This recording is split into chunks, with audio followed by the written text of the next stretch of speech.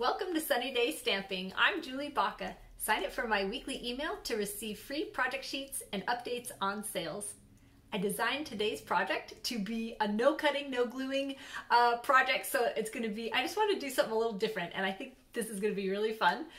I'll have all the information over on my blog post, but if you'd like a printed project sheet with some written instructions and the list of supplies and everything, you can subscribe to my email. I send these out to my email subscribers. So let's get started on today's project.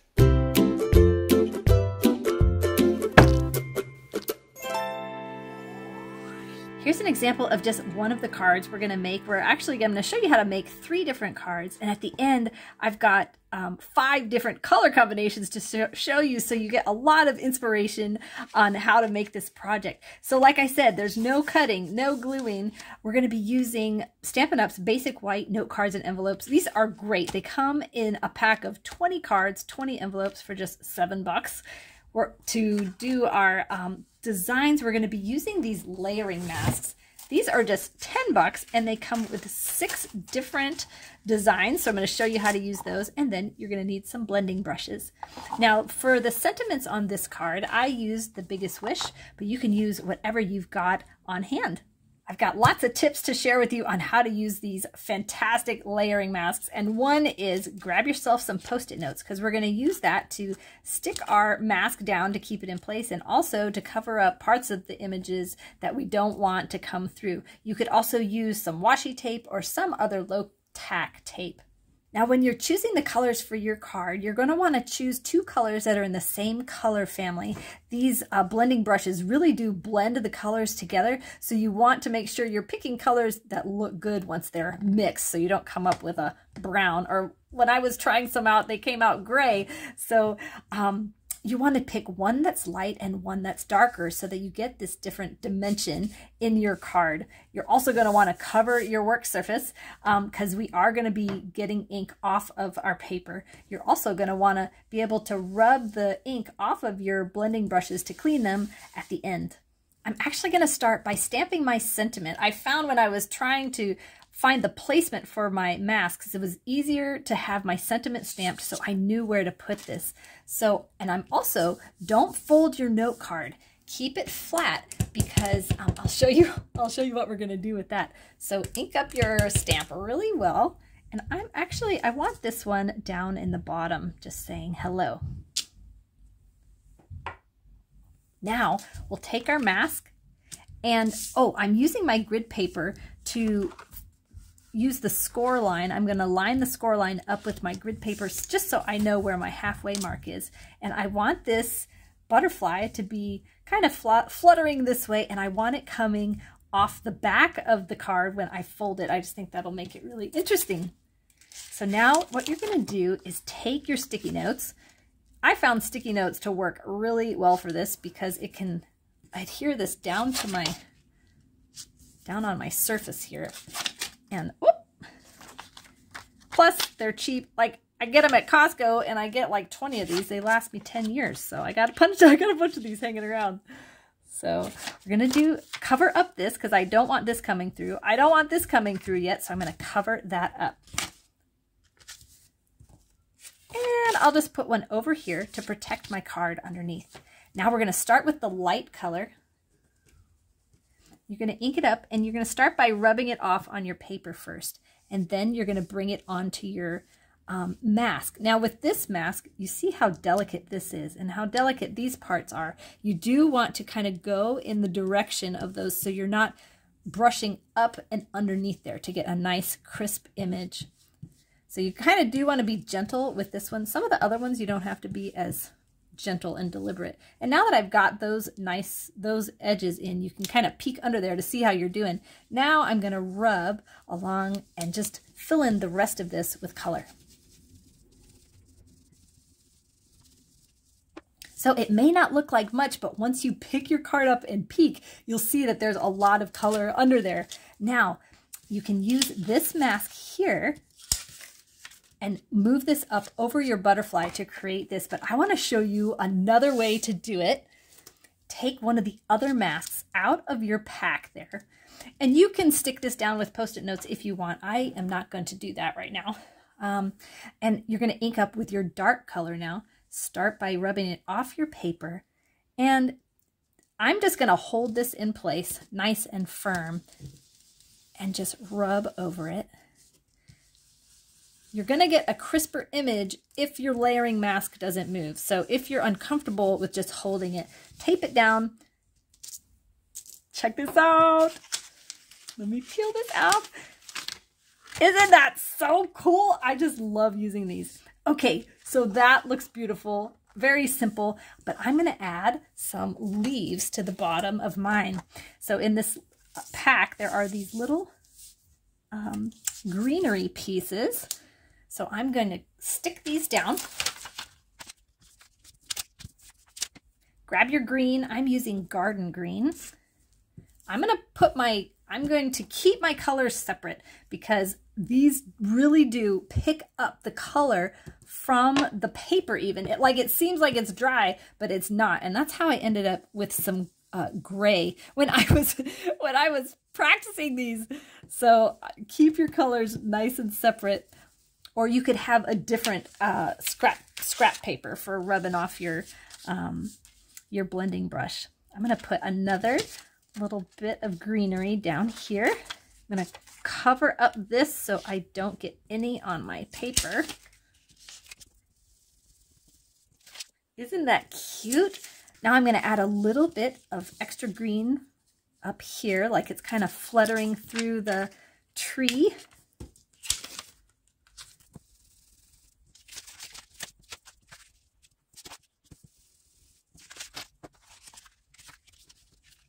Okay, now we're going to add, I think we're just going to decorate the inside with a little bit of this mask, the one that we used on the front here. I'm just going to take this same brush. I'm not going to ink it up because I want this to be a little lighter. Now I'm just holding this in place and I'm hoping I'm not going off the edge because I don't want a thick line. Isn't that beautiful? And what we're going to do is now do the same thing on our envelope. So I'm actually going to put this over the whole flap. I'm going to take my sticky notes, and you can reuse these sticky notes so many times. I told you I made these in 5 different colors that I'm going to show you later. I use all the same sticky notes. So I put these Post-it notes here just to protect and give me a nice crisp line. I don't want to go all the way down because I want it to have a little bit of gradient to it.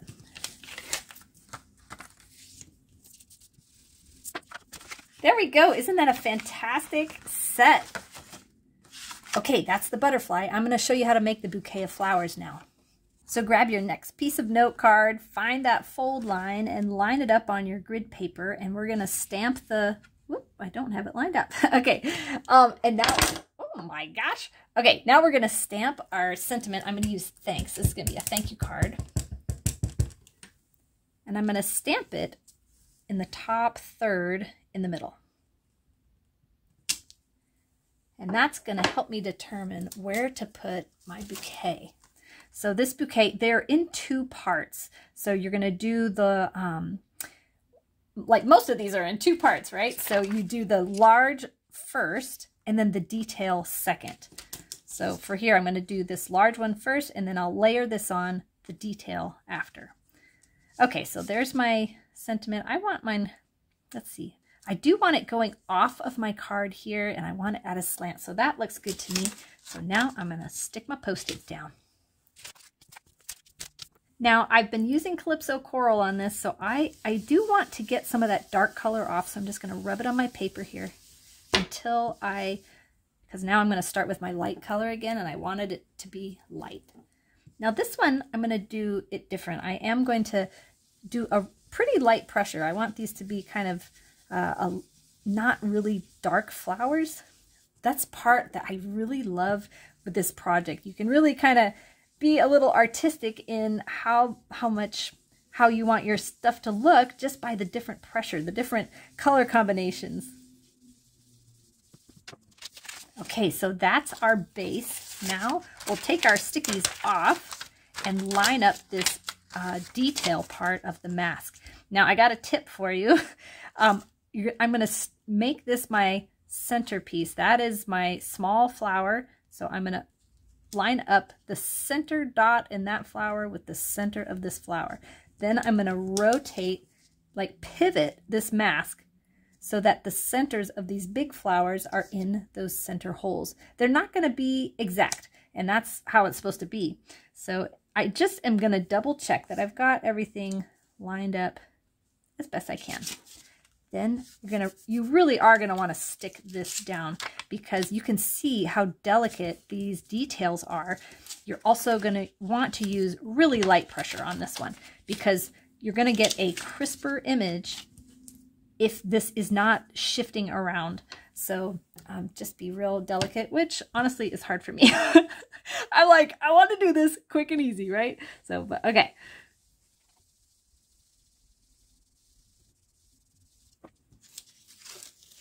Look at that. Isn't it beautiful? Okay, now you can leave it like this, or this mask, you can line up the leaves. We can add leaves to this all in one go, which is awesome. Okay, so you can see that that is not lined up correctly. So now I'm going to flip this over. And what I'm doing, there's one leaf here that is really stands out. It's got this little V here, and it fits in that small flower. So I actually start by lining that up first. And then I'm like, oh, I'm kind of close. So I'm going to rotate this, making sure that these leaves are on the outside edges of those flowers. And it fits perfectly if you find the right orientation. So now that I know which way this goes, I have to cover up these pieces. And I found that the easiest way to do that is to cut yourself 2 little pieces of Post-it note. And I'm actually going to flip this over and attach them to the back. Like this and like this. And again, you can use these over and over again too as you're making your projects. Now I'll flip this back over, and these are nice and protected. If I put the Post-its on the outside, I found as I was doing my circular motion with my brush, it was flipping them up and getting green on my flowers, which is no good. Okay, now that you have this all centered, now adhere it down with your Post-it notes so it does not shift. Double check that none of these images are on your card, because then you'd want to cover that up. Now, I'm going to use Garden Green.